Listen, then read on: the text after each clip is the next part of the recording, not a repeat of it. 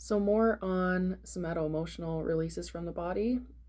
It's a few months ago that I read this book, The Only Diet There Is, and it's essentially talking about how your negative thinking and beliefs are keeping you fat more than your food.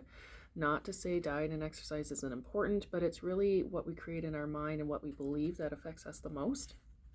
So I just wanted to read this one little excerpt in this book. The only diet there is a diet from negative thinking. It is a diet of forgiveness and love. If you love yourself and if you love your body and if you love food, this diet will always work. It is very inexpensive. It is very easy because all you have to do is lie in bed and follow the steps.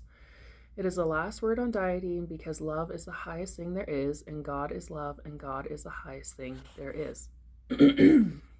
So then it goes on to talk about principles to masters first. Number one is thought is creative and thoughts produce results. Positive thoughts produce for you positive results. Negative thoughts produce for you negative results. It is that it's simple. Two, it is not what you eat that can hurt you. It is what you believe about what you eat that can hurt you. I love donuts. I wanted a donut the other day. Got a donut. I love eating donuts. They're delicious. Do I have a negative belief that they can make me fat and I shouldn't have them? Sometimes. It's not as strong as it used to be, thankfully, but I just eat the donut and I don't think about it later. I enjoy it in the moment, and that's that. Therefore, food is not fattening by itself. The thoughts you have about food are what make it fattening, what I just said. There was a study done on people weighing precisely their desired weight, showed that all of them could eat anything they wanted without any concern or worry. Don't you hate those people? I still have that problem where some people are skinny fat, but some people just eat whatever they want and never gain an ounce. They could do so because all of them had one thing in common. They all had the thought that they could eat whatever and whenever they wanted without gaining weight. I never gain weight is simple enough as a statement. For actually, our true nourishment comes to us from the light of God, not from food, which if you don't like God, you can use energy, source energy, universe. Everything's just energy.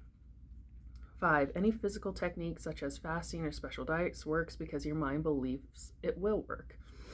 Unfortunately, until you handle the cause of your overweight, you will most likely gain the weight back. I've been there my whole life. I used to be 300 pounds when I was about 16.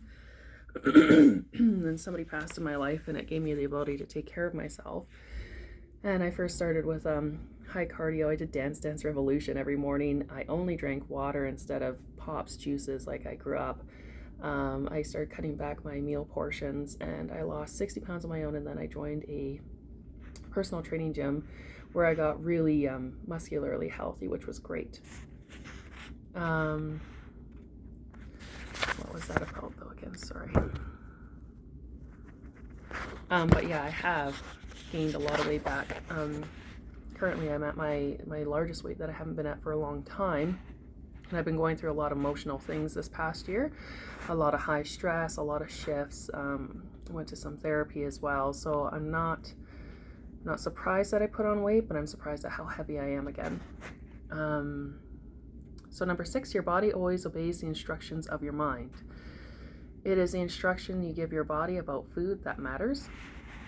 Attitude and belief are the common denominators of all the causes of obesity. A, what causes you to be overweight is what you believe. B, the cause that never fails to produce results all the time is thought. 8, you must diet from negative thoughts about your body and food and yourself. That is the only way to get permanent results.